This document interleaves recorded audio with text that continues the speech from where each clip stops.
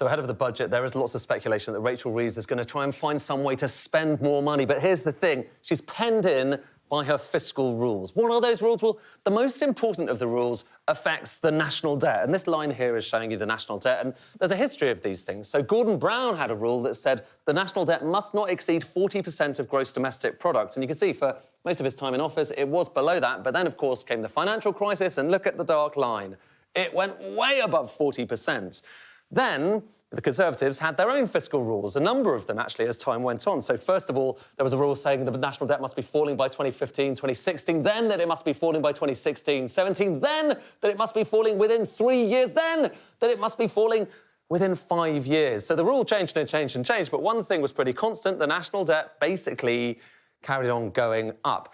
Nonetheless, Rachel Reeves has inherited this one, and so she needs, at least she's going to keep to the rule, for the national debt to be falling within 5 years. So is it? OK, well, let's just zoom in to this. We're going to zoom in. Same line again, OK? National debt, public sector net debt, excluding Bank of England interventions, the technical term here, which is relevant. We'll come to that in a sec. But here's the important thing for this case.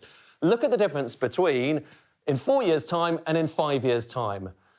It does fall a bit. It falls ever so slightly, so that there is headroom of £8.9 billion, OK? So that's what they call headroom, and it is falling. But here's what's interesting, OK? If Rachel Reeves wanted to try and find extra headroom, she could use a different measure of the national debt. I know that sounds strange, OK? But actually, a lot of people think that this measure, which excludes the Bank of England, is a little bit perverse because the Bank of England's doing lots of interventions right now which are moving up and down.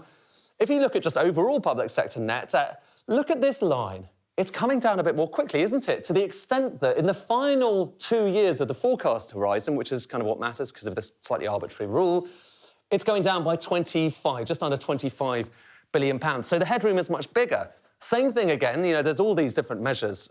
There's public sector net financial liabilities. It's another legitimate measure of just how much debt we have versus how many assets we have. That too, it's falling even more in the 5th year. Same thing too for another measure, which is known as public sector net worth. That gives you even more headroom, £67 billion. So you get the idea. These different bars, that's the headroom, they all have different sizes.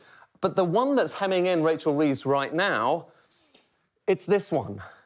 But she could just choose to focus this fiscal rule, same rule, on public sector net debt overall, and she gets much more headroom in which to invest. Or she could go the whole hog and say, look, I'm taking a totally different measure about which there's some controversy, but she could say a totally different measure and it gives her even more room to play with, underlining the fact that while there are certainly these fiscal rules, it's possible she could well fiddle them.